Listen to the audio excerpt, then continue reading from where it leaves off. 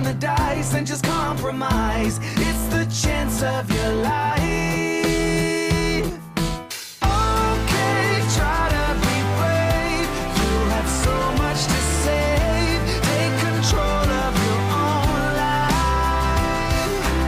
Right now, every mistake makes you feel like a fake. Take control of your own life.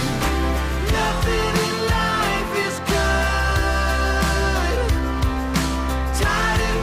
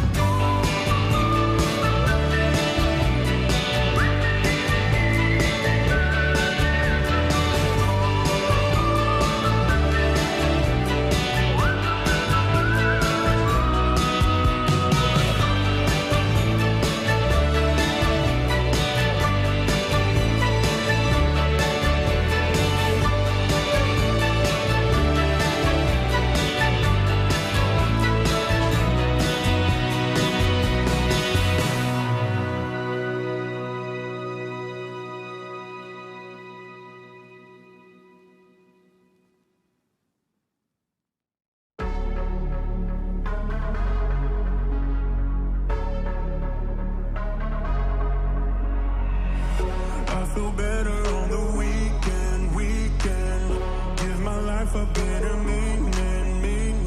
Let me stay where I'm in phase. I feel better on the weekend. I feel better on the weekend. Give my life a better meaning. Let me stay where I'm in phase. I feel better on the weekend.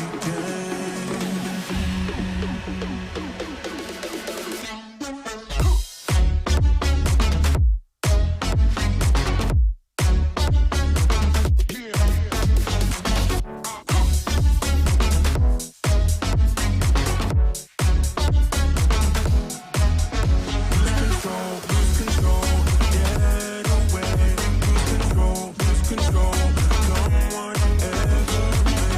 Lose control, get away. I feel better on the weekend.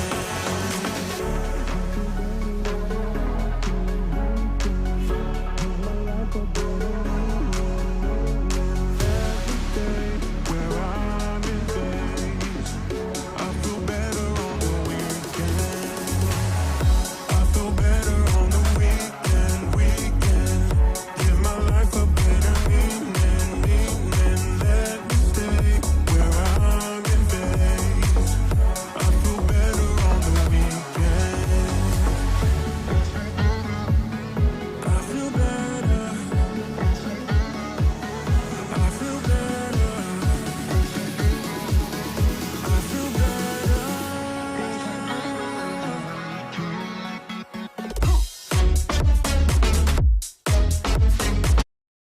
What is up, everybody? Happy Saturday.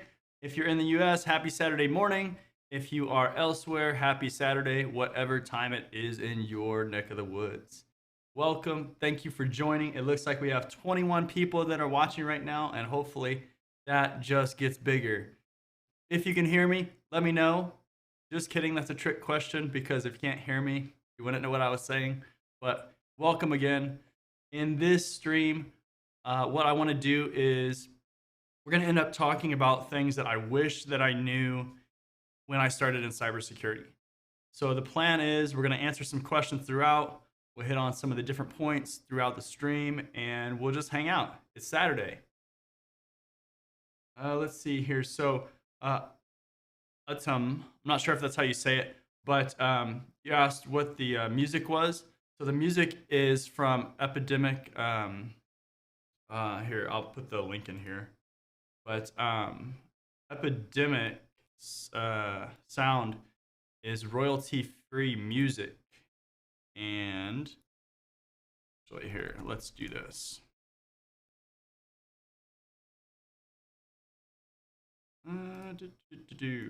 All right.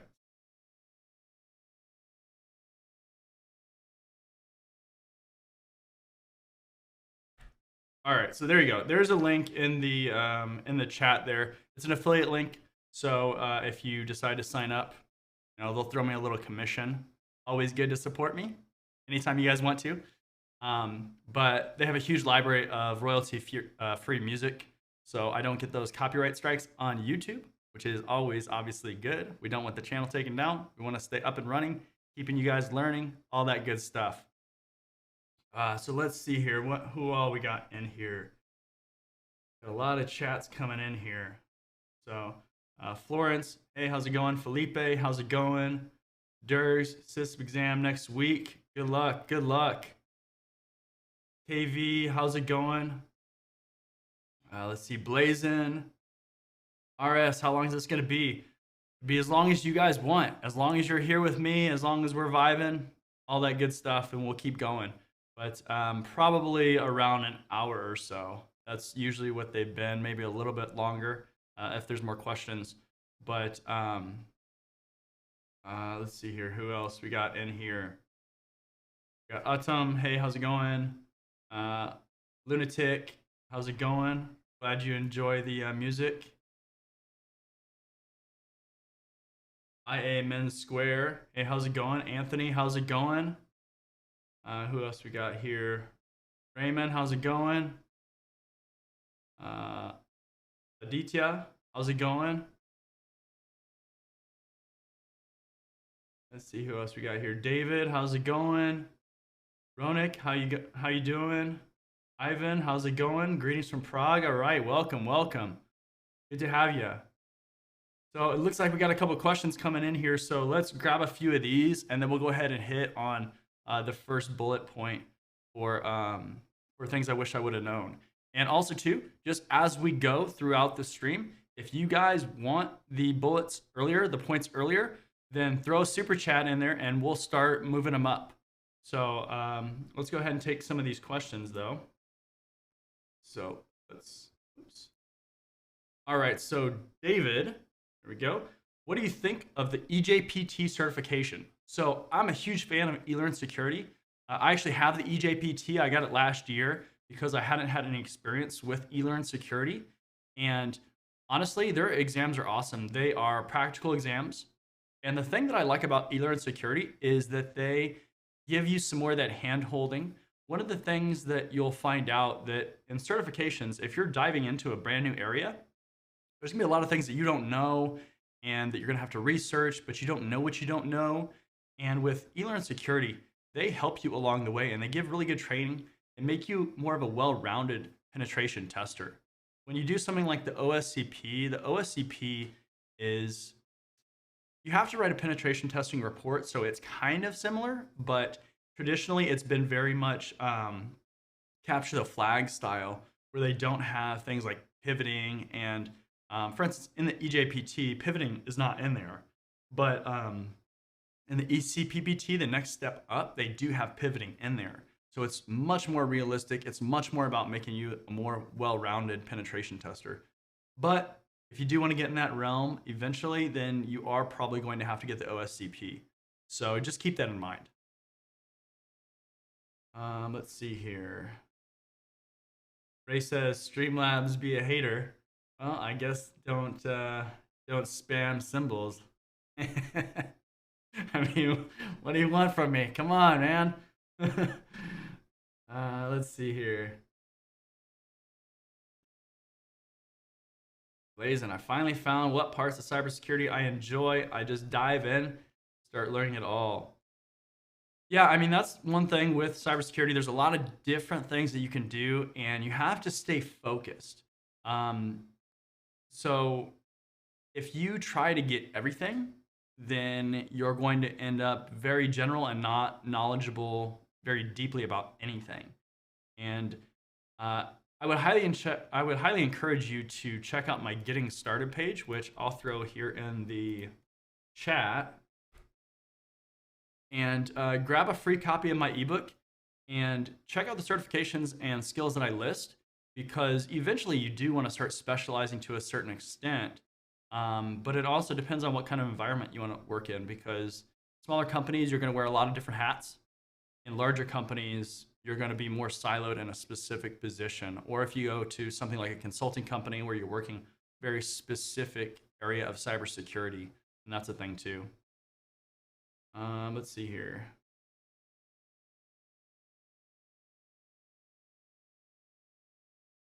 All right, we're getting a lot of questions coming in here. Let me start queuing some of these up, and then we can start hitting on some of these points here.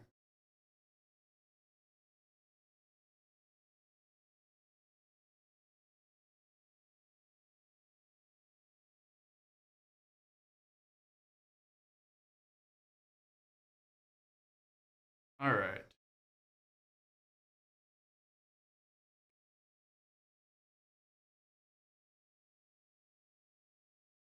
Let's see here. Where are my notes? All right, let's take that off there. So with this video, and first, before we get started, if you are new, my name is John Good. This is my channel where we get to do cybersecurity training, tips and tricks, and career advice to help you go further. So anything around cybersecurity, really, it's all to help you. Also, too, if you guys have not subscribed, make sure that you hit the subscribe button and the bell icon so you don't miss future content, and then you see it as it comes out. It helps a lot. And when you hit that thumbs up, it just helps the YouTube algorithm, so it helps spread all of the videos to everybody else. If you want to see specific content, you can join my YouTube membership program. And there's a join button below the video. So if you hit that, you'll see the different tiers. And I'm starting to put a lot more content in there. So some of the things like members only streams and special recognition and just some very specific things that are meant for the members. Also, to kind of as I get questions in live streams, part of my plan is that I'm actually going to cut those up and make those members only videos. So if you decide that you want to go through the actual questions and just listen to a bunch of the questions and answers, then those are going to be on the members only section. So you won't be able to see those on regular YouTube. So make sure you check that out. If you like my training and you want more of my courses, on my website, I have all of my courses. So if you go there, johngood.com, you can sign up, get access to everything. I do also have courses on places like Udemy and YouTube. So kind of depending on what suits your needs, but just remember they're not all on both except for my website. So if you want to see everything, you got to sign up for my website. And then also too, something that is newer here. So I am starting to offer career coaching advice or career coaching sessions. So if you want things like resume reviews or you just have career advice questions that you want a one-on-one Zoom meeting with, or more of a virtual meeting where it's just you and me, then definitely check that out. If you want some consulting services, maybe you have a tool or something that you want help set up, or you need advice for your company and cybersecurity, let me know, reach out. Check out the johngood.com/services page. All right, so now we got all that out of the way. Let's go ahead and let me make sure that I don't have more questions here to queue up. Percy, hey, welcome, welcome. All right. Okay, so the purpose of this video is to give you things that I wish that I knew when I started in cybersecurity. So maybe if you're starting in cybersecurity, that you can learn from that as well and kind of, be ready for those things and not have to learn them like I did over time. And kind of the thing with that too is possibly if you know these things, you might be able to progress faster because you won't waste time on certain things that don't matter. If you think I didn't get them all, let me know. Let me know down in the comments, in the chat. Let me know. But these are the things that I thought were really important. So again, we're gonna go through them. If you want them faster, because I'm gonna space them out, but if you want them faster, throw some super chats in there and we'll start working through them. But first thing, more certifications aren't always better.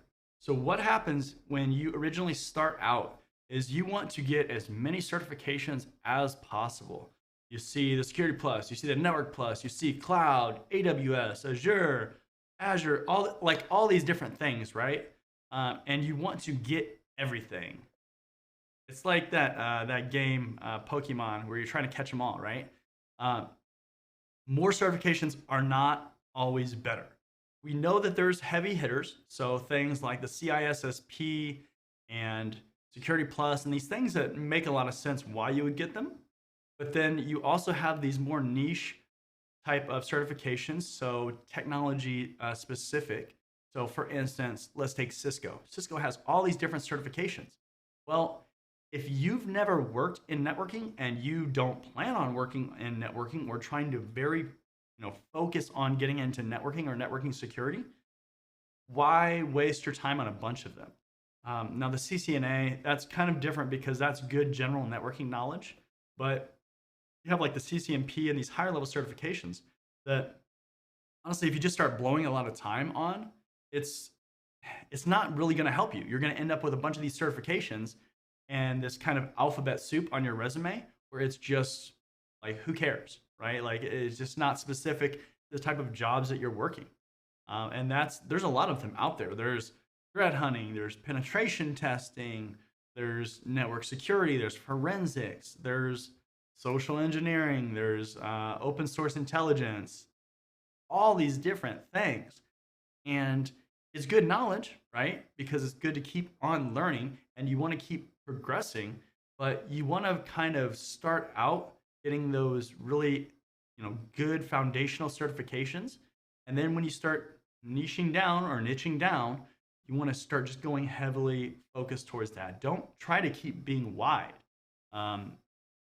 the best opportunities are going to be when you specialize. Generalization or generalizing your career with certifications is just going to keep you kind of in a it's not going to let you get to that high tier of that level. Granted, when you become a manager, you're going to start becoming more well-rounded, and they want you to be well-rounded. But I mean, eventually, you want to start focusing down. There's just too much to know, too much areas, and it's better to really be focused in on a certain area. All right, so that was the first one. Let's look back at the questions here and see if I need to queue any of these up, and then we can start going from there.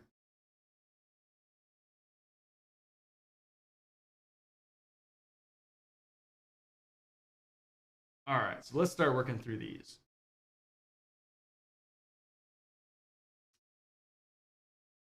Throw that up there. So when I apply for jobs, I don't think I have all the skills listed. Should I apply anyway? Yes. So one of the things with job postings is companies tend to post a lot of different stuff in that requisition, and they might list everything that they have, right? They might list, oh, well, we have Cisco routers, so we want somebody with a CCNP and security, and we have Juniper routers, and we want somebody also to have a Juniper security certification, and 3 different firewall certifications, and a CISSP, and all this stuff. Oh my goodness. Especially if you're close, go ahead and apply. Um, yeah, I've seen some postings where it's like, I look at it and I'm like, did you list everything that you have in your company? Like, really? Like, come on.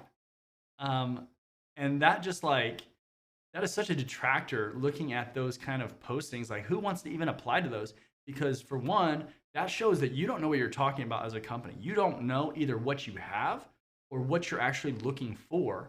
And the other thing is, think about that kind of role, right? When you get into that kind of role, what do you think is going to happen? Personally, I think you're going to get a lot of different tasks and you're going to be really, really busy. That doesn't sound that great. That sounds like being overwhelmed with a bunch of different stuff. It just, that doesn't sound that good to me personally. But yeah, just, if you're close, go ahead and apply. It's kind of like a baseline as far as what they're looking for, honestly.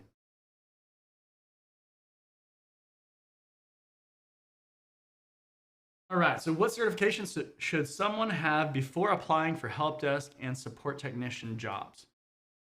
So the A plus from CompTIA is geared towards getting you a service or help desk job.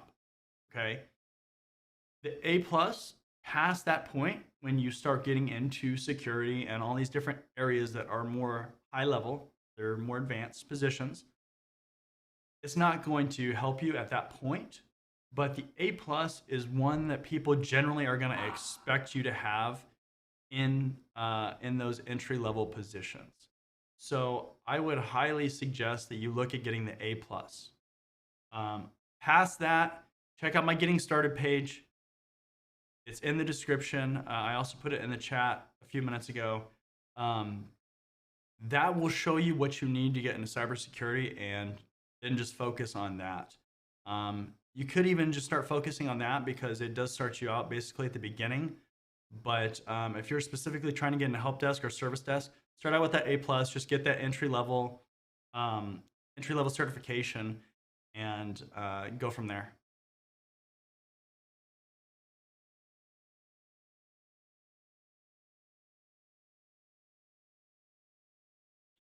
Let's see here.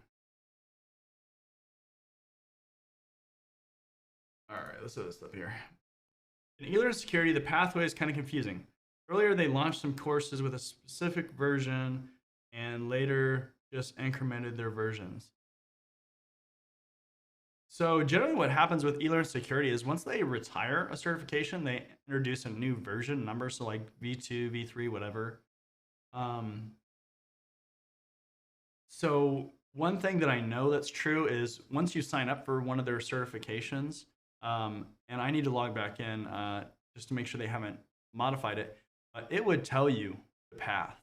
And that was on the eLearnSecurity website when you'd log in. But it would tell you the path. They had different categories that you could do. And let me see if they still have it on their website here. Because yeah, they've definitely changed how they have things since they started offering the training with eLearnSecurity.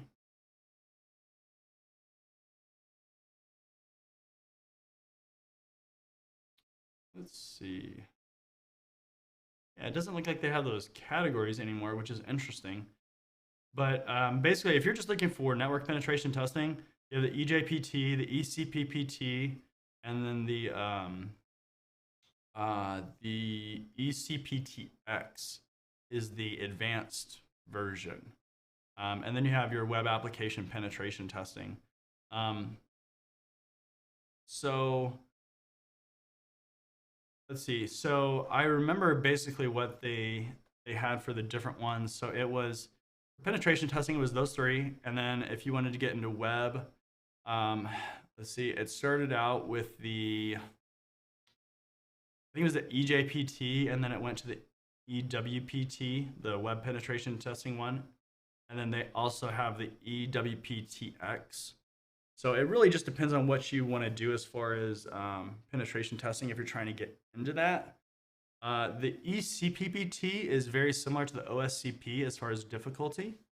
And I would highly suggest that if you go for the eCPPT, that you also look at the OSCP probably after, just because you're already going to have that training, and then you'll be able to go ahead and do all that stuff.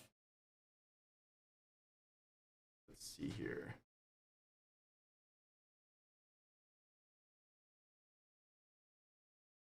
All right. So we have somebody spamming here. So we're going to go ahead and do this. So hold on one second here.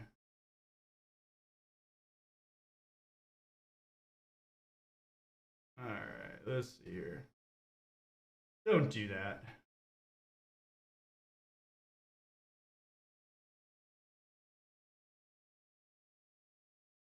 Why is that still going? All right, hold on one second. We're gonna put you in timeout because you're just spamming away. So you can go away. Bye bye. Bye bye. So don't spam the channel. If you do, bad news for you. All right, let's see here. What else we got?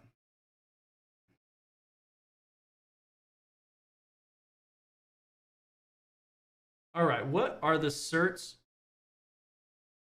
What are the certs that you should concentrate on to complement that eJPT certification? You know, like A plus, Network plus, Security plus. I'm not totally sure. I'm just interested in CEH. Well, so the A plus, Network plus, Security plus, those are all entry level certifications. They're going to build up your foundational knowledge. So it's a good idea to have those before. The eJPT doesn't go a lot into those basic things. So if you just, let's say you just jump to the eJPT, you're going to be missing a lot of that entry level information, and you're not going to be able to talk as deeply or in kind of the normal terms that we would expect in security. You're going to know the penetration testing stuff, kind of the basics, but you're going to miss a lot of that foundational stuff. So again, check out my getting started page, johngood.com, and that will give you a roadmap in my ebook. Let's see here. All right, hold on. Let me get a bunch more comments here. So let me queue some of these up.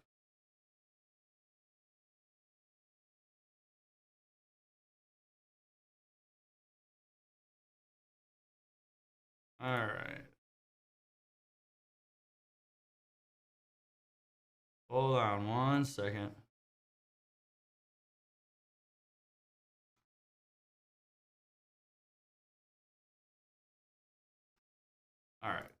Sorry about that. That kind of threw me off a little bit with all that spamming.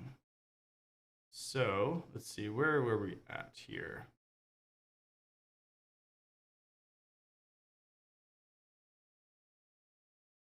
All right. So, what is more preferable, a regular bachelor's degree in computer science or a bachelor degree in cybersecurity? So, it kind of depends on you. So, both will help you get into the IT and cybersecurity realm. Computer science tends to be heavier in programming and things like math. So, if that's not your thing, then just be aware of that. It's probably not going to work out. And degrees like cybersecurity or CIS, MIS, they all are more focused on the total picture instead of just specifically focused on programming. So it kind of just depends on you. Both will do the job, but computer science, you're probably going to fall more into like a programming or application security kind of job. And that can be, that can influence you as well. Let's see here. So we had that question again here.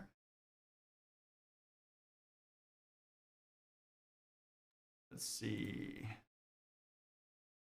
All right, so we got one more question that we're going to answer, and then go ahead and hit that second bullet. So, what's your current role in InfoSec, and what did you start off with in IT? So, I was lucky enough that I got directly into security. So, I changed careers. I was doing sales, and I went back to school to get into cybersecurity. And so, I ended up getting directly into it after I graduated, and or I guess technically just before. And so a lot of my roles have been focused on kind of a lot of different things, but a lot of compliance, a lot of oversight, checking out configurations, making sure that everything is secure. I wear a bunch of different hats in the roles that I've had. I've also done consulting, and same kind of thing where you wear a bunch of different hats and you focus on whatever the customer hires you to do, whatever they need help with. And it's one of those things where some people are able and lucky enough to get directly into security, and some people have to go through the help desk route and work their way up. It really just depends, and honestly, flexibility is important. If you're willing to move, then you have a lot greater chance of being able to break into security right away. But you just have to find those roles, and again, and if you live in a bigger area too, like a bigger metropolitan area, it can be easier as well. But it just depends. It depends on if you're willing to move. And right now too, actually, who knows what's going to happen, right? With all the remote stuff, um, it's things are changing, right? You might not have to move, and you might be able to find an entry level job.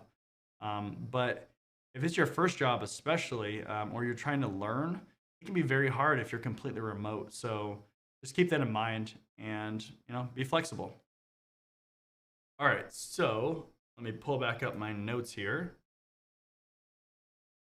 All right, so the second point, documentation is extremely important. So one of the things that I was never told when I was getting into security, take that off, was that you're going to document a lot of stuff, right? Oh my goodness. You don't think about that when you're going through learning things like Security Plus and all these different certifications, but you're going to document a lot of stuff. It does not matter what job you have, you're going to document stuff. You're a penetration tester, you're going to create a penetration testing report. If you're a firewall engineer, you're going to diagram things out and take tickets and document things. If you're in compliance, you're going to document a lot of stuff. It's documentation is very crucial in our jobs. It's going to happen. And again, I wasn't told that. I didn't know that, but that was kind of a shocker. when you find out that you have to document everything. And then at first, honestly, you're gonna be like, dang it, why do I have to document so much? This is not fun. This is not what I signed up for, right? But but it's part of the job. Be ready for it. I don't say that to scare you off, but make sure that you're practicing your writing skills, because when you document this stuff, you're going to have to document it for other people. They're going to have to read this stuff. And if you create things like guides, or if you end up creating policies or procedures or anything like that, you're going to have to write it so it is understandable, and it is, somebody can come in and read that and comprehend what you're saying and not be just like have their mind blown. So work on those writing skills. In my master's program that I had to write a ton of papers. And so that helped me in just improving my writing and being ready to write a lot. But just in general, be ready for it. If you're sitting there right now and you're not doing any writing, start a blog. Start writing things up. Write white papers, submit articles to people, do whatever you can do to improve your writing, because that's one of those skills that you're going to underestimate if you don't focus on it and you just focus on the certifications, and it's going to come back to bite you. So you need to have decent writing skills. Let's see here. So let's look at more of these questions, because that was point number 2. Again, if you're just joining, my name is John Good. Here we're talking all about cybersecurity. If you haven't subscribed yet, make sure that you subscribe. Hit the bell icon so you don't miss future content. Hit the thumbs up to show that you like this video, and keep supporting me. If you want me to go through these faster, again, all you got to do is throw super chats in there, and we will work through them quicker. If not, we're going to space them out, answer some questions, and go through all this stuff. Again, make sure that you check out my YouTube membership program. If you want to see exclusive content, members only live streams, again, I'm going to take all these questions and chop them up and put them on members only videos. So you'll only be able to see them if you're a member. Otherwise, you'll have to go through the videos and see them like that. But make sure that you check that out too. All right, let's see here. What is the next question here? Let's throw this one up here. So this is a good one. So I know I have a lot of people that have come to me from my CISSP videos, my CISSP videos. So this is a great question. So my experience with the CAT exam. So I did not take the CAT version exam. If you're not familiar, CAT stands for computerized adaptive test, whatever. It's an adaptive test, right? And basically what happens is you get asked progressively harder questions if you keep getting them right. If you get it wrong, you'll be asked an easier question. And it just takes your score and it kind of finds that point where it's judging your knowledge base. So that's a good and a bad thing. I've taken adaptive tests before, and the idea is those initial questions are extremely important, because think about this, right? So kind of in the grand scheme of things, if you get the first question right, let's say it just assigns you a score of 100%, right? If you get it wrong, it's a 0%. Those initial questions, those are going to set you up to get a higher score in the end, because it's just going to keep getting harder and harder and harder. Whereas if it starts down here, it's like, okay, they probably don't know as much, so we'll kind of slowly take them up. Versus like, okay, this person got this one right, they probably know everything. Okay, maybe they know a little bit less. They know a little bit less. They know a little bit less, right? So those initial questions on CAT exams are extremely important, and you really want to focus on those questions. You can't go back on adaptive exams because of how they work. So before, you could flag your question and you could go back if you wanted to skip that question. And on exams like CompTIA, you can do that, but here you can't because it's adaptive. So you get one shot. Once you hit that submit on that question, on to the next, right? So that can actually help mentally, because you'll be like, well, let's just, answer it. All right, on to the next. Can't go back. Doesn't matter. But as far as the exam itself, I mean, the only thing is just really focus on those initial questions. because the exam in general, it's going to be basically the same. It's going to be a difficult exam. It's going to have difficult questions that are going to be paragraphs, and you're going to have to read through them, and it's going to make your brain hurt. But it's also going to be a shorter exam because in the current version, it's 100 to 150 questions, depending on how you answer them, right? And it's going to be up to 3 hours to finish the exam. When I took it, I had 250 questions. That's it. No less, no more, 250. And up to 6 hours. That exam was not fun. If you haven't seen my video on how I passed in 2 weeks, check it out. I have a lot of other videos on the CISSP as well. But oh my gosh, I left that exam and I just wanted to fall asleep. It was exhausting. So I am jealous of those people that get to take the current exam because it's much quicker. You don't have as much of that anxiety going through 250 questions, not knowing where you're at, just 100 to 150 questions. And if you get to that 100 question point and you're passing, and they'll just mark you as passing, and then you'll be able to celebrate and move on with your life. Yeah, I don't worry too much as far as CAT versus not CAT, adaptive exam versus not adaptive exam. I like adaptive exams, and it's been out for a while too now, so it's going to be more honed in. If you take it now, you'll have a better experience than some of those people that originally had to take it when it first came out. So, you know.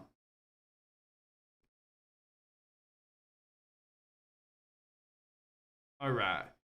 I work as a SOC level 1 for 2 months, trying to switch to pen testing. So I want to get eJPT, CEH, and then OSCP. How long do you think I need for those certs if I'm working at the same time? So CEH, if you're just talking about the multiple choice version, then the multiple choice version, probably a couple months just studying everything and getting familiar with all the switches and stuff, because it's going to focus a lot on the switches and the tools, but it's multiple choice. So a couple months. The eJPT, couple months, pretty similar. It's a practical exam. Maybe 2 months, something like that, maybe less.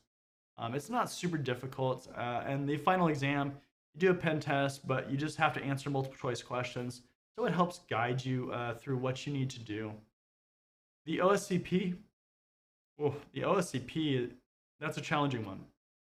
So I always tell people sign up for 90 days of lab time, because that's just going to be, it's a good place to start is 90 days. You can do 30 or 60, but if you're brand new to it, especially, do 90 days. I'm just do 90 days. Don't argue with me. Like, do 90 days. I'm telling you.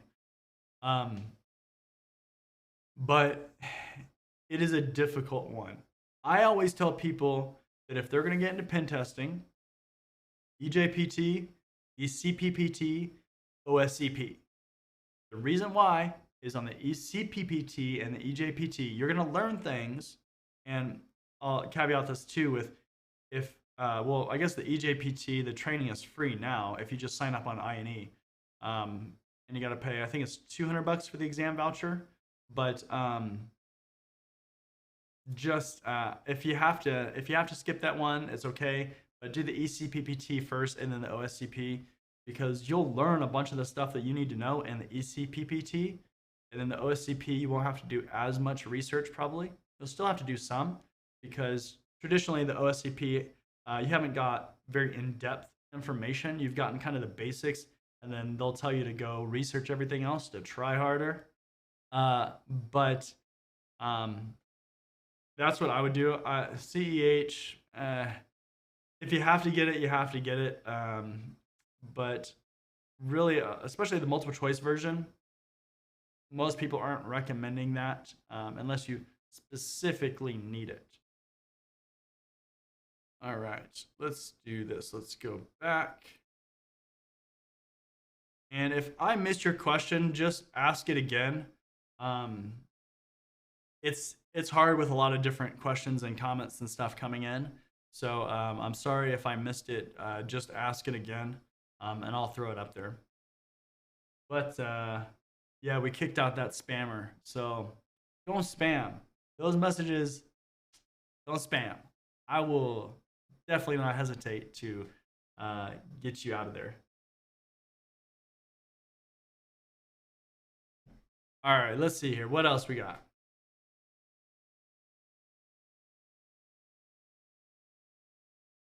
So I started with my major in CS and I switched to cybersecurity.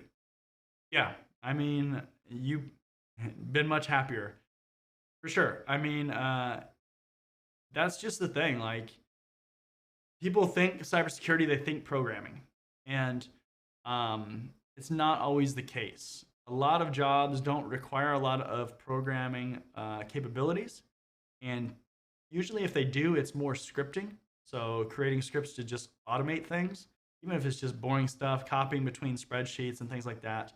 Um, but I mean, you're definitely not alone. There's a lot of people that have done that because they thought it was one thing and then they got into it and they realized they like technology. They just don't want to be a programmer, and that's cool. That's why it's nice. There's all these different degrees and degree options that you can do. So yeah, for sure. All right, cool. This is a cool question. So, uh, what are things that one should know and skills before preparing and applying for OSCP? So, uh, so kind of like what I said, the eCPPT is a really good precursor certification for the OSCP. The OSCP will give you information, they'll give you course material, and they'll give you videos. It's generally very basic as far as the information. So um, that's the path that I would recommend. If you don't want to do that path, or let's say you're limited on budget where you can't do that path, then I would look at things like Try Hack Me and Hack the Box. So Try Hack Me gives you a lot of training, where Hack the Box, they've started to add some training as well. But with Try Hack Me, they have all these different rooms where they're going to actually teach you a lot of the kind of introductory and basic information that will help you for the OSCP. So I would absolutely check out Try Hack Me, and it's a lot cheaper. I think it's like $30 for 3 months or something like that. Um, and that would be a good place to start, especially if you just kind of want to get your feet wet. The eJPT course, if I'm not mistaken, somebody correct me if I'm wrong, but it is free on INE. All you got to do is sign up for that basic level, the whatever they call it, the non-paid version, and you can get access to the course. So I would check that out too. Absorb those free materials or those very low cost materials first before you start pumping a bunch of money into things like the OSCP. OSCP isn't that expensive, but frankly, for what the OSCP costs, you can get a subscription to INE for their training for all their penetration testing courses. So you can come into the OSCP and be a lot more advanced than a lot of people have before. And that's a huge benefit.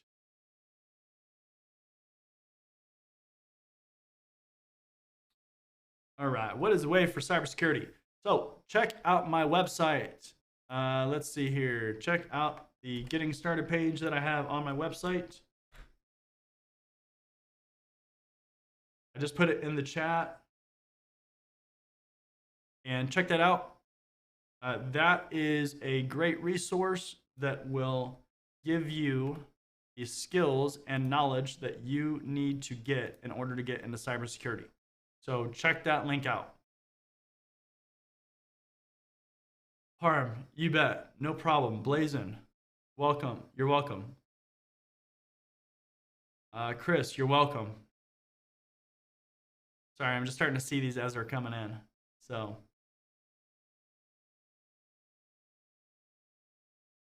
all right. Do pen testing interviews have coding rounds? If so, what's the interview process like? The candidate has an OSCP and a master's degree in cybersecurity. So, pen testing interviews could have coding rounds. Now, more than likely, you're probably not going to be asked to develop some super sophisticated kind of program or anything like that. more than likely, you probably would be asked to do a coding review, because a lot of times with penetration testing, you're going to do coding reviews. So you're going to see a piece of software. You're going to be asked, what it does, what are some flaws, some security flaws with that specific piece of code. So that would be pretty common. You might also be given something like a web application, because application security and penetration testing is going to be web applications. So be familiar with things like Burp, or Burp Suite, or Zap, all those kind of coding applications. Be familiar with how to do SQL injections. Check out OWASP. So let's see here. Let me pull up a link here.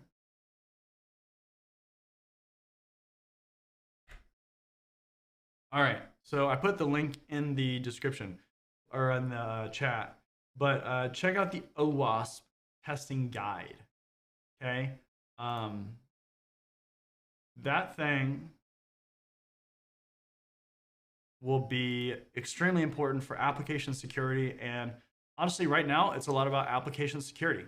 A lot of people are, creating web applications, and they're hiring penetration testers to test those. Also, be familiar with bug bounties. All these things, they're going to, aid in getting you that job. Network penetration testing still exists, but it's a lot more about web, right? It's a lot more about those web applications. So,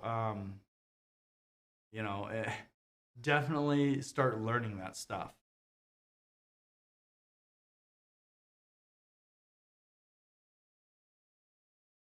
Put this up here. So again, if you want these bullet points to come out quicker, or the things that I wish I knew, throw some super chats in there and we'll start working through them. But keep going through some of these questions here, and then we'll go ahead and hit the next bullet. So hi, John.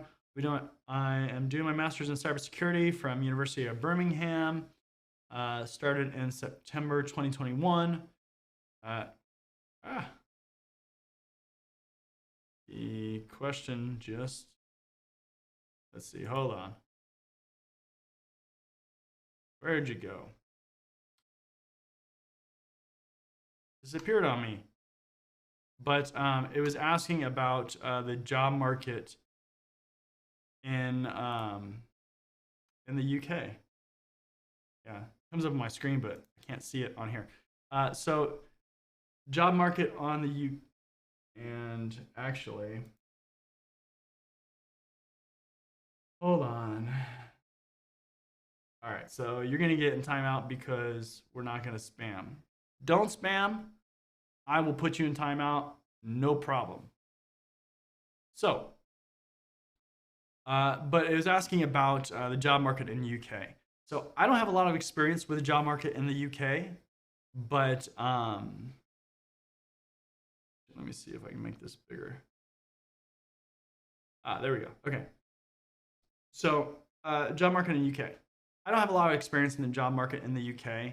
I'm in the United States, but generally a lot of these markets are very similar. So as far as the skill sets, it's still the same kind of skill sets because the job is still the same, right? One thing that can differ, especially in different parts of the world, is compliance requirements. So you might have a different compliance requirement, GDPR, all the requirements like that. But as far as the overall job, so penetration testing and firewall, being a firewall engineer, all these things, they are the same skill set no matter where you are, because you're using the same tools or a lot of the same stuff. So from that standpoint, it's going to be the same. I imagine that there's certain areas that you have that are going to be better to get into from a job perspective. But it's still kind of the same, right? Like a lot of the jobs that are out there, especially in the companies, are going to be blue team kind of defensive type of jobs. Penetration testing is going to be a small subset of those jobs. Malware analysis, small subset of those jobs. So it's a lot of the same kind of advice. I try to give advice that is broad, that will apply to a lot of people, because generally that's what people are looking for. And when you start getting in those more niche areas, it does start to vary. But a lot of the advice that I still give, it's gonna apply to you. It just is, because the job is the job. So let's see if I can find where I was at before that person started spamming. Let's see here.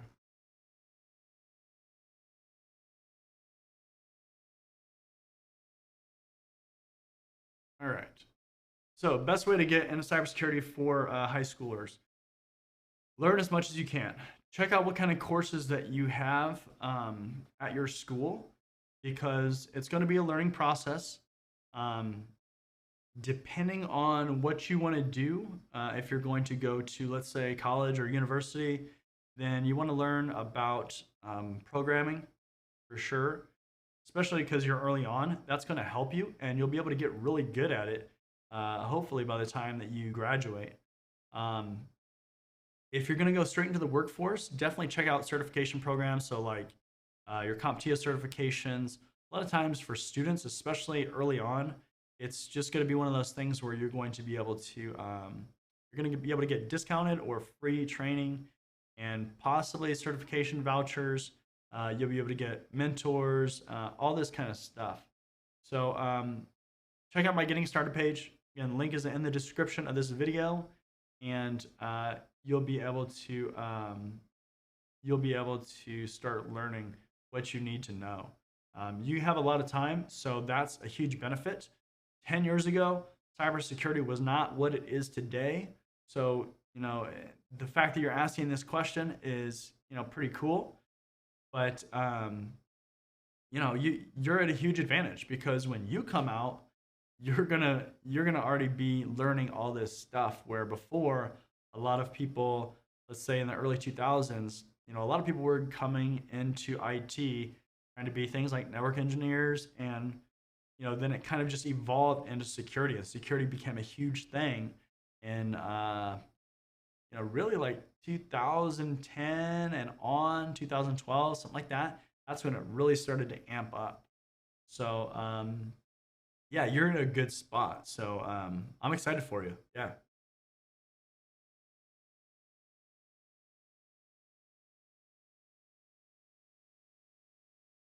Karsh, how's it going? How's it going?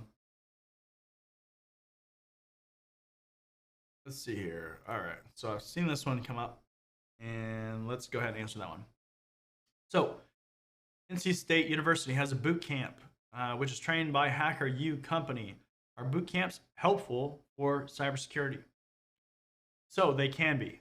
Boot camps, the nice thing is that they are a lot of information condensed into a smaller time frame. With that being said, boot camps tend to be expensive, so that's kind of a downside, versus slowly getting the certifications and self-studying.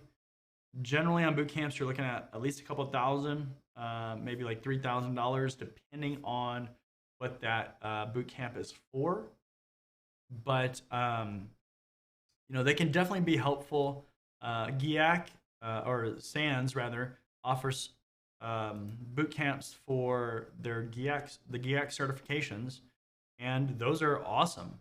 You get access to the training courses after the fact, but they can be helpful. You have to really evaluate them, and generally, especially if you're first starting out, I don't like to recommend boot camps, because they probably will overload you. It's a lot of information at once, especially if it is a broad boot camp. If it's over like 6 months or something, then you'll definitely you'll get more out of it. But you have to really evaluate that one. I know somebody's asked me about that specific one before. it looks decent, but it just depends. I like to recommend that you start out self-studying because you're investing, um, you're starting out by investing less. Because let's say you start studying and then you hate it, right? And you've paid like, let's say $3,000. Well, that sucks. Um, so if you start out self-studying, you're gonna spend maybe a couple $100, let's say $500, and you'll get a certification exam. And it's better to start out self-studying, I think. But sometimes people need that hand holding, so it just depends on you.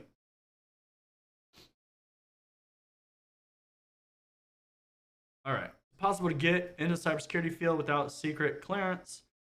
I'm not a U.S. citizen, and this clearance requires it. Um,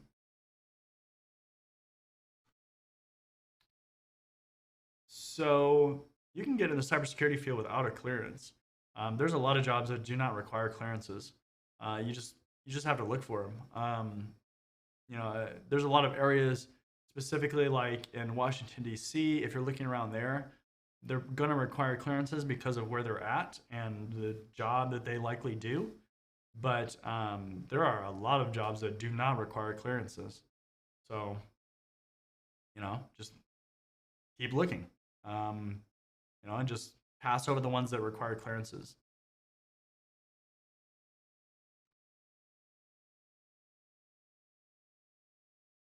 All right, let's see here.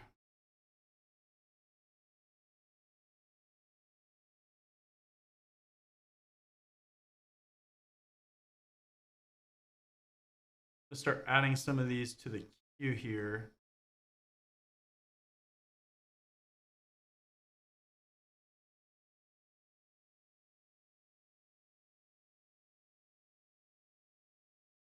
Let's see. We got a lot of questions coming in here. So again, I'm sorry if I'm missing your question. I promise I'm not trying to. There's just a lot going on, so I'm trying to hit it all. So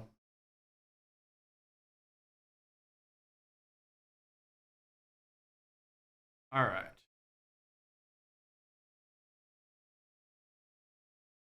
So if you like my trainings, if you like my videos, check out my website, johngood.com/courses. You can get all my courses.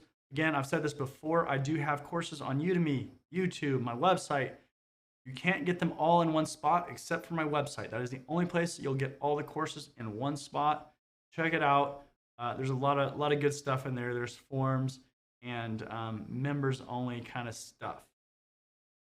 If you want your resume reviewed, you want a one-on-one session with me to get advice on your career, it can be helpful to have that one-on-one advice.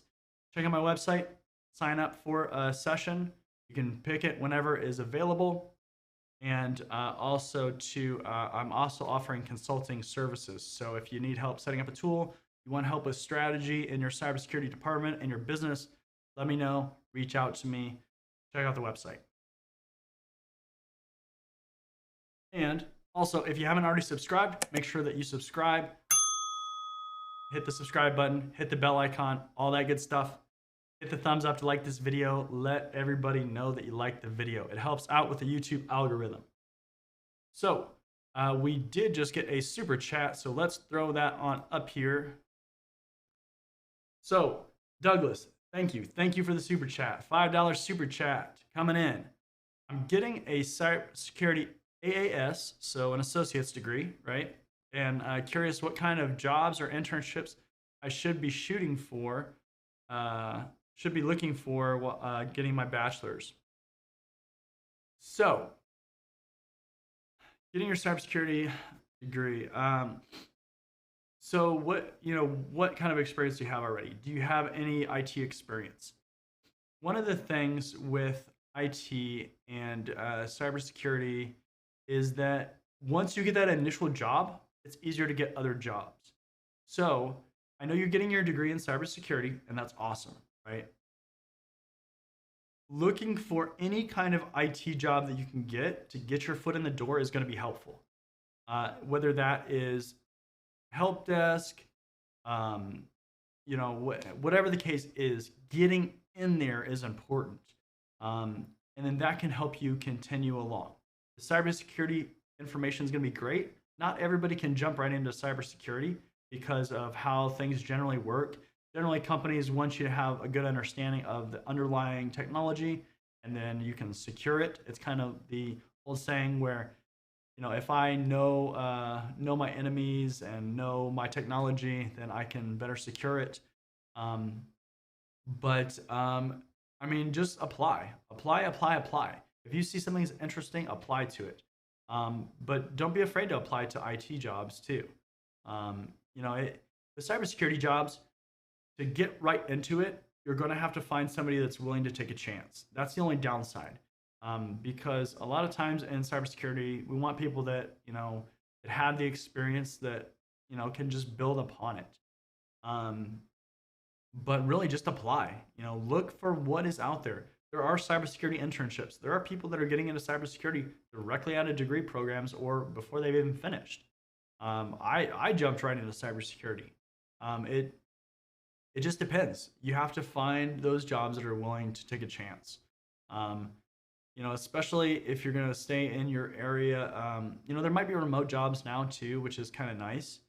But just starting to get those certifications too, those will help you out too. But yeah, applying, just apply. That is the biggest thing. A question came up earlier: should I apply if I don't have the right experience or everything that it lists? Apply.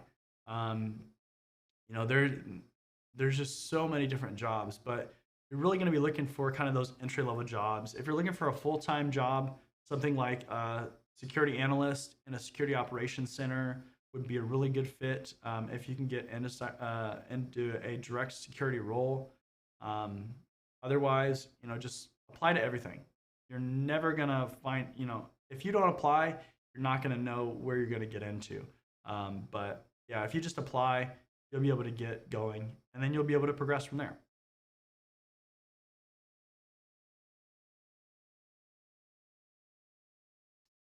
Douglas, you bet. No problem. No problem.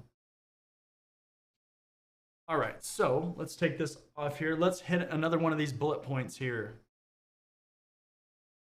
All right, so the next one, interact with the community as much as possible.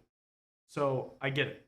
As a newbie, it is extremely intimidating to interact with people that have experience, especially to go to like meetups. Obviously, right now we're not having in-person meetups, but there are different associations like OWASP and ISACA where they have these chapter meetings in your areas. Um, Interacting with people, going on people's discords. If people have a community, joining the community. All these interactions are extremely important, not only for your career, because networking is very, very important and it can help you land jobs, but also because think about this. If you're in your role, right, and you have a problem that you find, okay, a lot of our problems are not typically unique to the industry, even though they might be unique to us. Okay.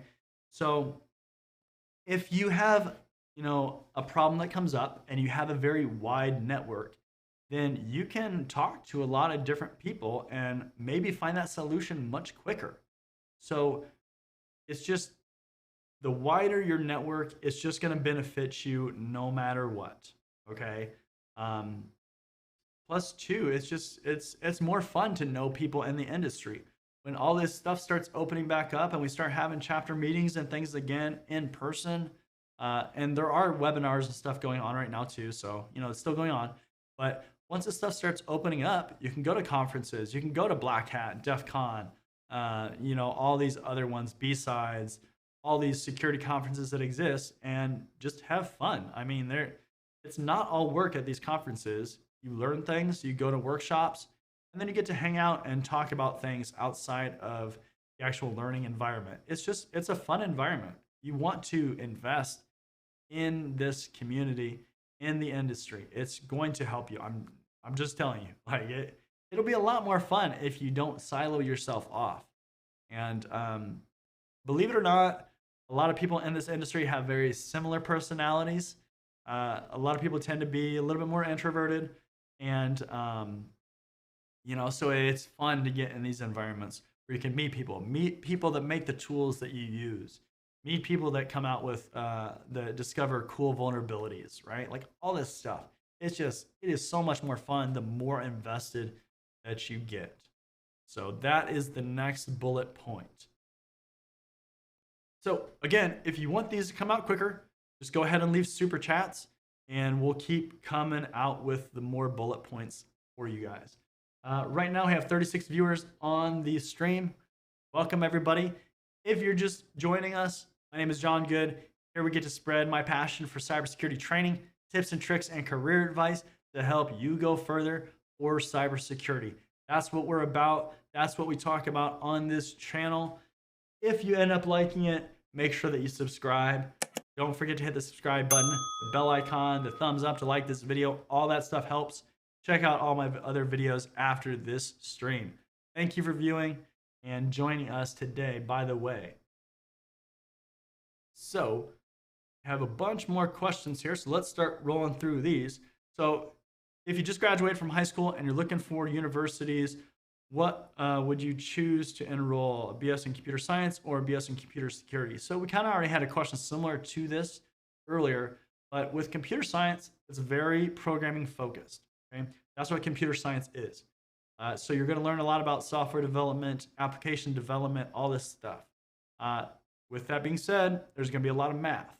So if you don't like math, you don't like programming, don't choose computer science. I'm telling you, you're going to switch. Cybersecurity is more kind of general. It's more about the security stuff. A lot of what we do in cybersecurity roles, it's not going to require us to develop applications. So it's just how it is. So CIS, MIS, cybersecurity degrees, those are all kind of different options that we generally see, at least here in the United States. They're just not going to be as heavy in things like programming, and you're going to get to learn more of the security stuff that's fun, the policies, the hacking, all that kind of stuff.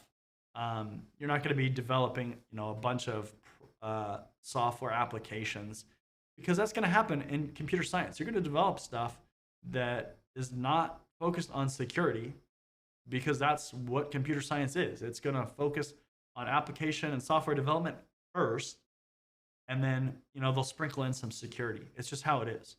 That's part of the problem that we have now. Is a lot of software developers aren't always focused on security because they don't learn a lot of security in their programs. So just keep that in mind. It's just how it is.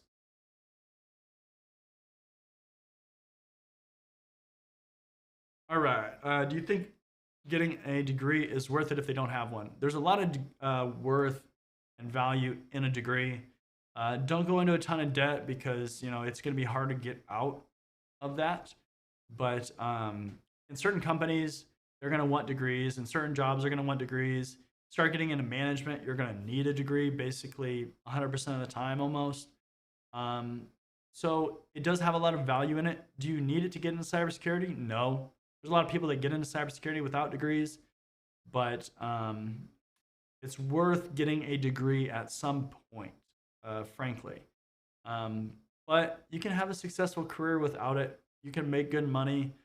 You just have to try that much harder, because when you go to apply for jobs, especially early on, somebody has a degree and you don't have a degree, and you both don't have experience, or you both have the same amount of experience, and they're probably going to pick the person with the degree, unless you can really wow them. So just keep that in mind. You can be successful without it, but it's not a bad idea to at least work towards one at some point if you don't have it.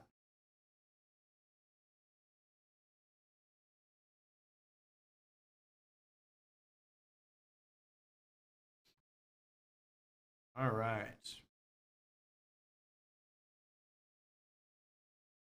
Let's see here. Get that one. Top secret clearance. Again, I kind of already had a question like this. You don't have to have a clearance to get a job in cybersecurity. It does help if you want to work in that realm, but if you go to work for, let's say, I don't know, Salesforce or something that doesn't require a clearance, it's not going to matter. It's just not a relevant fact for that kind of job. So it's helpful if you're in that industry that needs clearances, but if you're going to try to go in other industries and you have it, it doesn't matter. It's not a relevant fact. Let's see here. Using Mac OS or PC. So a lot of companies, especially larger companies, they're going to tend to use PCs. It's just how it is. So they're going to run Windows, Active Directory, maybe Linux on the background, but for servers and things like that. But generally, the user workstations a lot of times are going to be PCs. If you're in more tech-driven companies, you might see a lot more Macs. But you should know both. But typically, a lot of smaller companies, especially too, will have more Mac computers in their environments. So it just depends, but you should know both. But if you know Linux, then you know Mac basically. I mean, there's some little differences, but it's Unix based, so it's going to be similar.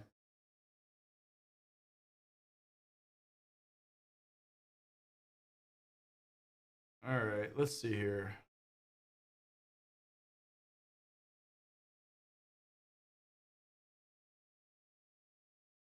All right, so let's go ahead and let's hit another bullet point here.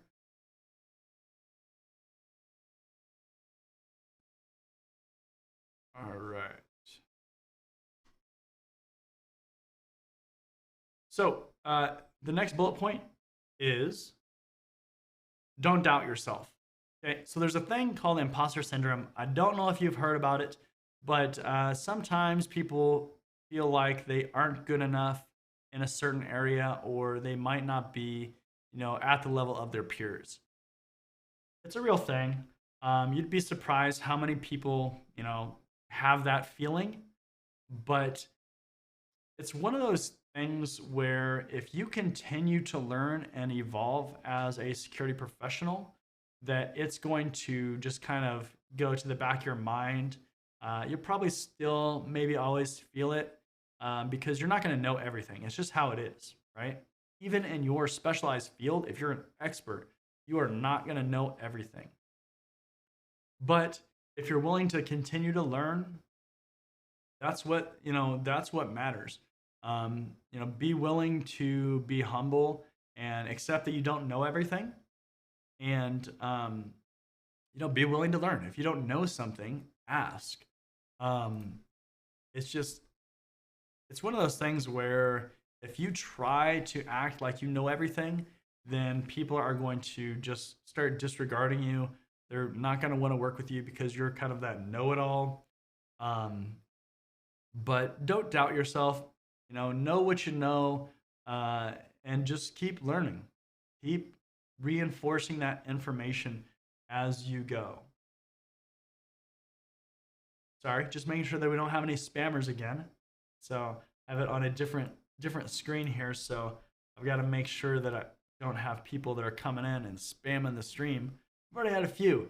And remember, if you spam, you're going to get timed out. So don't spam in my live streams or on my videos. All right, we got 43 viewers. Welcome, welcome, welcome. Hello, everybody.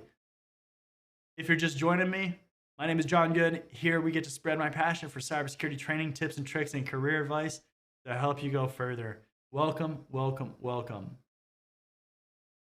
Let's see here. So what questions have we not answered that I have in the queue? So I've got a few more.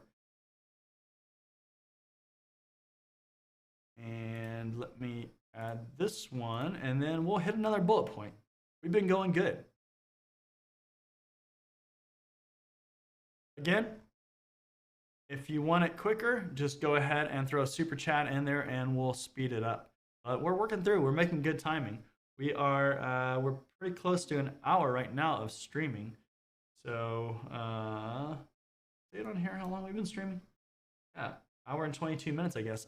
So we're over an hour. Sweet. Let's see here. Okay, so the next bullet point, take career risks. So this goes back to some questions that were asked earlier on. So should I apply to jobs that I don't meet all the requirements for? Well, yes is the answer. Uh, if you so just because you don't meet all the job requirements, that does not mean that you should not apply. Uh, there's a lot of benefit that comes out of that. So one of the things that that happens when you apply to jobs that you're not, technically meeting 100% is, let's say you get an interview, right? Well, if you get an interview, you're going to get asked questions, hopefully that are related to that job, and they're not just like, well, tell me about a time when you had a problem with an employer. Like, okay, that doesn't help me know about the job, but whatever. Um, but when you get asked those kind of questions that are specific to the job, it helps you kind of identify where your gaps are. So if you get a really good interviewer from the employer, that's extremely helpful because they're going to ask questions that will tell you whether you're ready for that job or not. And you can kind of tell that sometimes with the job posting if they kind of have an idea of what they're actually looking for, because it won't just be a wish list. But it helps out. If you're close in experience, especially apply. Now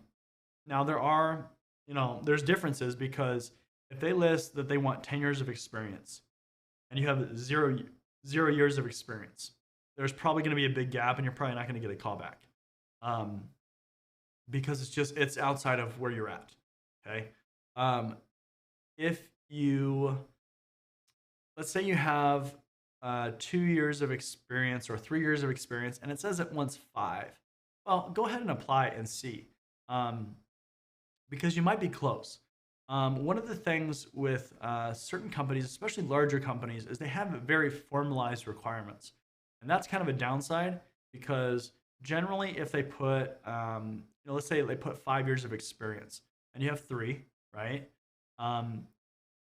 If you apply and you get a call back, they might be able to lower the job pay grade, because usually they do it based on pay grades too. They might be able to lower it to that lower level, the one below that, and then hire you on. Okay, your pay will be less than what they actually posted for that position, because they had to lower the level. But that doesn't mean they're not going to hire you or not going to give you an interview, and that can be a good way to get your foot in the door. But sometimes you won't get a call if they're not going to lower that level because they want somebody at that level, 5 years experience or whatever. It is what it is. Smaller companies tend to be a little bit more flexible. So they might list something and it's more of a, we want this kind of thing.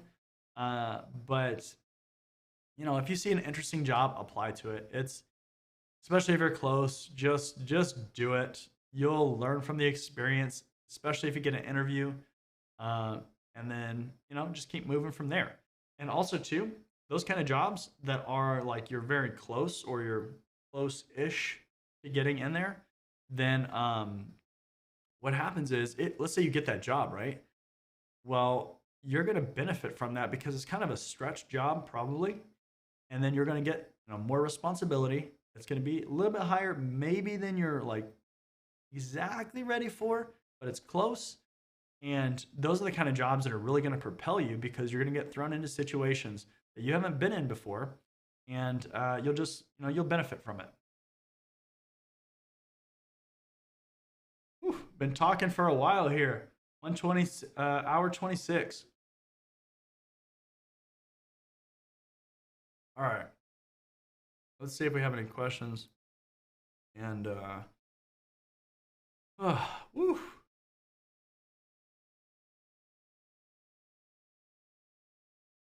All right. So we got a few more questions that are in here right now. We'll go ahead and we'll hit those.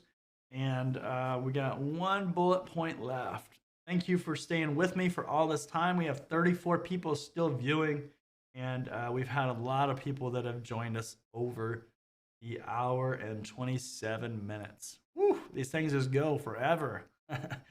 But I'm appreciative of you guys joining me. Thank you, thank you, thank you. Make sure to subscribe, do all that stuff, and check out the YouTube membership program. Hitting the join button below the video. Check that out. Exclusive content there, and then also my courses on my website. So let's throw this one up here. So how to move from network administration to network and cybersecurity. All right, so if you want to move from network administration to network and cybersecurity, so what kind of certifications do you have already, right? Do you already have like a CCNA, CCNP, something like that? What if you do, right, and you're dealing with Cisco stuff, start getting security certifications for that networking vendor, even if it's Juniper or whatever, like it doesn't matter. Whatever security stuff that you have, start getting certified in that. If you're already working in networking, network security is going to be, you know, a very easy transition for you because you're probably already doing stuff for network security. It's just how it is. Networking can be kind of one of those harder areas to get into, so you've already crossed that hurdle. And generally, those network security jobs, they want people that have that networking background. Sometimes you're going to be in roles that are going to do both, right? If you work at a small company, you're going to do both. It's just how it is. But yeah, so let's say you have a CCNA, start getting, you know, your CCNP. Sorry, they got rid of the CCNA security, but get your CCNP in security. If you're really ambitious, get a CCIE. Get firewall certifications from Palo Alto. You know, just whatever you're working in, whatever kind of security stuff you're working in for networking, get certified in that. It will help you, and then you'll start to build your resume too. So yeah.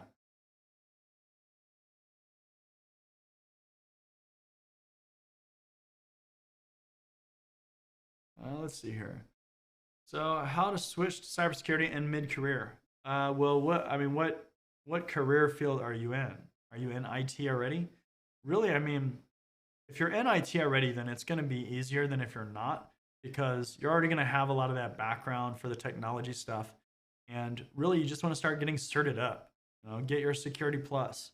Start working towards that CISSP.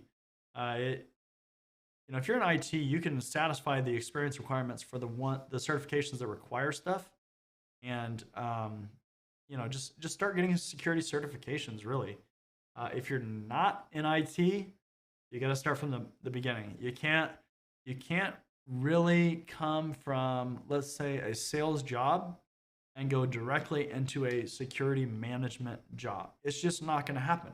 You don't have the background. So it just depends. You know, it depends on what field you're in already. Let's see here.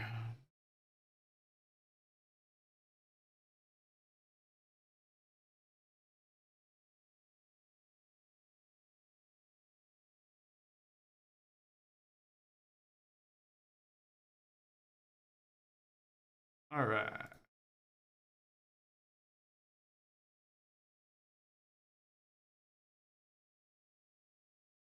Let's see. We got a few more questions, and then we'll go ahead and hit that last bullet, and we'll start wrapping up here for the day. You guys have been with me for a while. We have 38 viewers right now, and yeah, we've been going for about an hour and a half, so it's getting time. I'm getting hungry for sure. Um, let's see here. So let's throw this up here. So Kali and Parrot OS have a lot of tools in them. What can you securely install your own tools in? So the operating system is as secure as you make it. Okay. Generally, with a lot of the Linux flavors, they come pretty secure from the beginning, and then as you start adding stuff, changing stuff, then it starts opening things up. But honestly, you could do it in a lot of different OS versions, distributions. You know, Ubuntu, CentOS.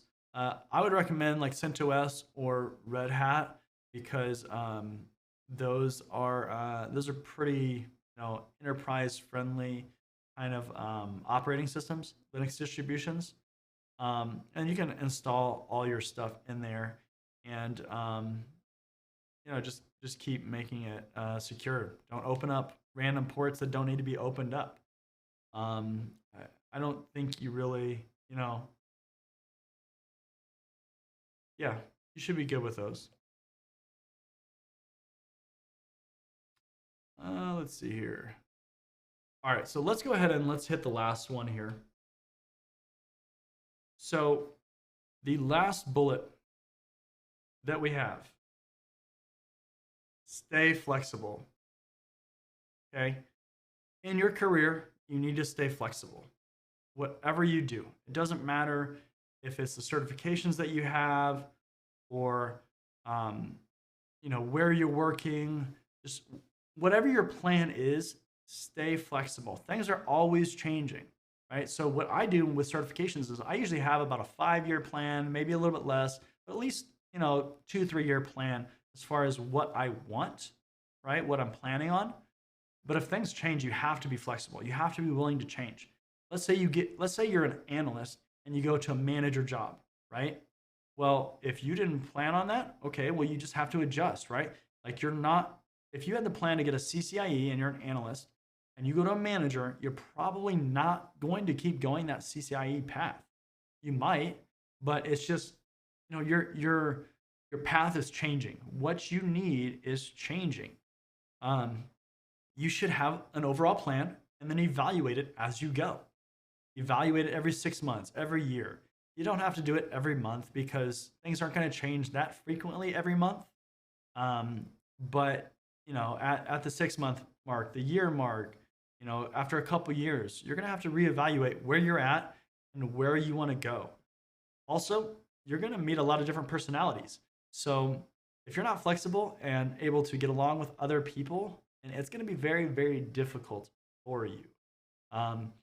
So just stay flexible. Make sure that you're flexible in your daily life. If you're getting value out of this video, hit the thumbs up. We got a few questions here that are left over. And then that's the last bullet that we just went through. Again, thank you everybody for joining me. You guys have been awesome. We'll hit a few of these last questions here, and then we're gonna wrap up for the day. I have other videos to record. Hopefully my voice is not gone. So let's see here. All right. So skills required to enter cybersecurity. So I'm gonna put this in here. So there's a link in the chat that's to my getting started page. Check that out.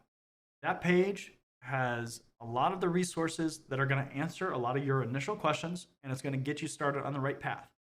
Also, you can grab my my ebook, a free copy of it, and that will actually that'll walk you through a roadmap of certifications and skills that you need to get. It's going to give you a lot of that basic information. Also, too, I'm working on more videos, so you guys have been with me for a while. So just so you know, there are more videos coming out that have career advice in them. And I'm building out some of those videos for you. That's part of what I'm going to go record here later. But, just check that out, that getting started resource out. And, be on the lookout for more videos that are coming as well.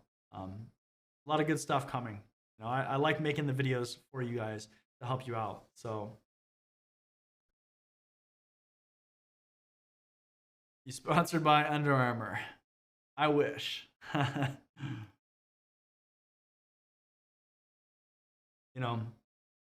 Under Armour wants to throw me some merch, I'm down. Like I'll take it. I will take it and I'll wear it. I like wearing these shirts because they're just comfortable. They're soft. Like they're just good shirts. They're good lounge wear, right? Also, if Monster wants to sponsor me, I will take a sponsorship from you as well because I love me some Monster. Everybody's about their coffee. Nah, give me some Monster, but the 0-calorie one.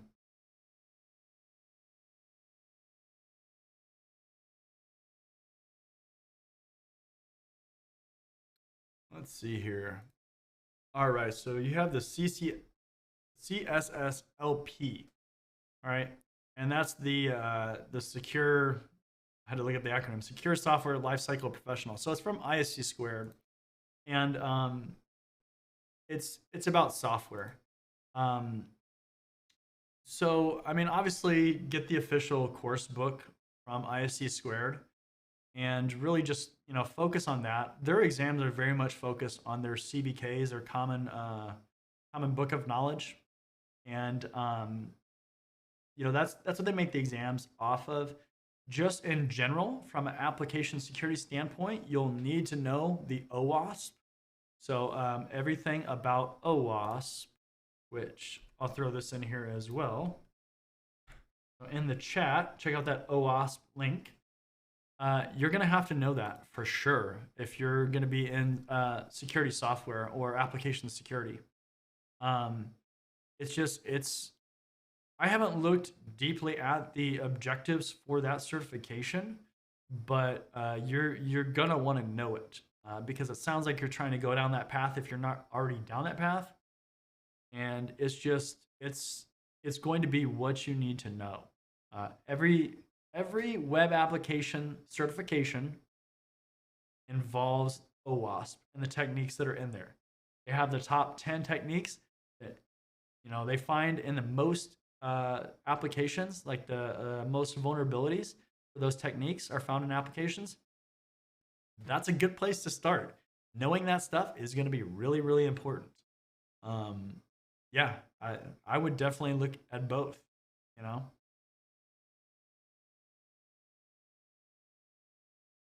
right.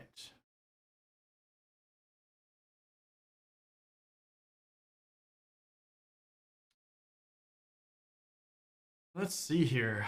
So that is all the questions. So we have 36 viewers on here right now. Again, thank you everybody for joining. Make sure that you subscribe if you haven't. Hit the subscribe button and the bell icon so you don't miss future content. And make sure to leave a comment for the YouTube algorithm. If you guys have more questions, hit me up on any of my social medias. If you're interested in the YouTube membership program, hit the join button below the video. You can also go to that website link right there, johngood.com/join YouTube, and check out the different membership tiers. There's special recognition perks in there, depending on which level that you sign up for. I'm also going to start doing members only live streams and some members unique content. Any kind of questions that I chop up from these live streams, I'm going to put them as members only videos, so you can just watch them on there. Otherwise, you have to go through each video to actually see them. If you like my training and you want more, you don't want to see advertisements that YouTube blasts all over those videos, check out my website, johngood.com/courses. All my courses are in one spot. So everything I put on YouTube, including my YouTube videos that are not courses, and my Udemy courses, everything is in that one spot on my website, so you can see everything. I'm also putting up some unique content in there as well that you can only get if you're a member. And last thing is that if you want career coaching, so you want your resume reviewed, you want your LinkedIn profile reviewed, you just want a one-on-one session with me chatting, sign up for a career coaching session on my website there, johngood.com/services. If you have a business and you want consulting, you can also hit me up on there. Let me know what you want as far as consulting services. We can do a one-off meeting. We can also do an ongoing thing. We can work that out and do things like strategy. And if you're trying to implement tools or anything like that, there's a whole bunch of things that we can do for consulting. So,